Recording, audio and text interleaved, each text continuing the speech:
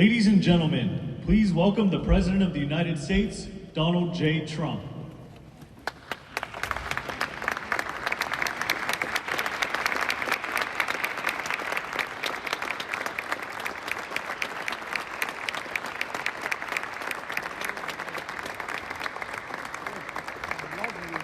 Thank you very much. This is a big day and lots of people watching, and especially from other countries, the leaders of, as you know, the other countries, because we have a large group of leaders, and the ones that aren't here are watching on Zoom.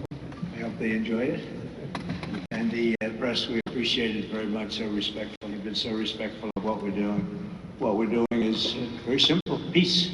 It's called the Board of Peace, and it's all about an easy word to say, but a hard word to produce. Today is a tremendous honor to welcome you all to the United States Institute of Peace for the inaugural meeting of the Board of Peace. Very important. I believe it's the most consequential board, certainly in terms of power and in terms of prestige. There's never been anything close, because these are the greatest world leaders. Almost everybody's accepted, and the ones that haven't will be. Some are playing a little cute.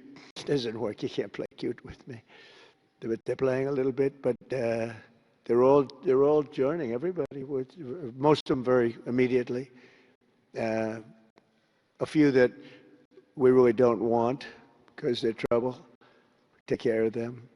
But this is the most prestigious board ever put together. You know, I've seen some great corporate boards. I've seen some great boards, period.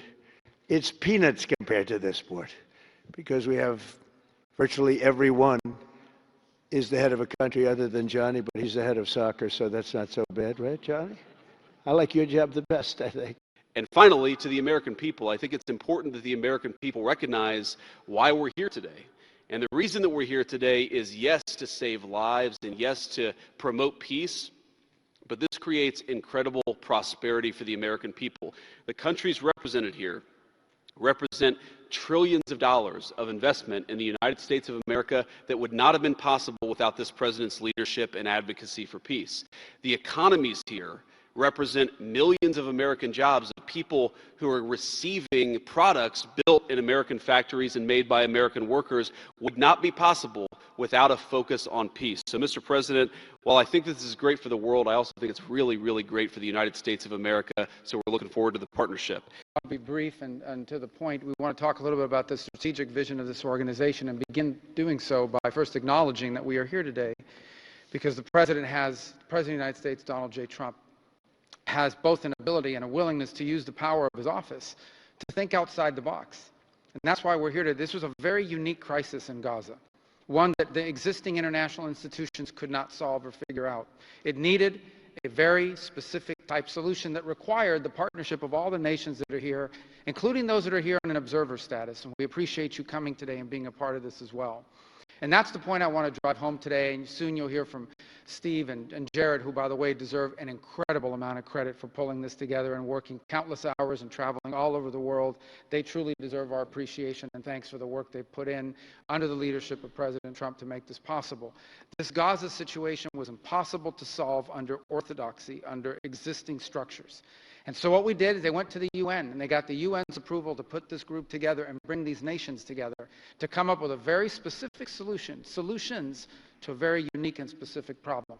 We have a long ways to go. There's a lot of work that remains. It will require the contribution of every nation state represented here today, and we thank you for being a part of it.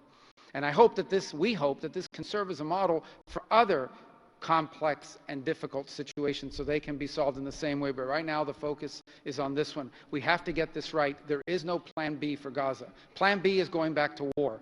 No one here wants that.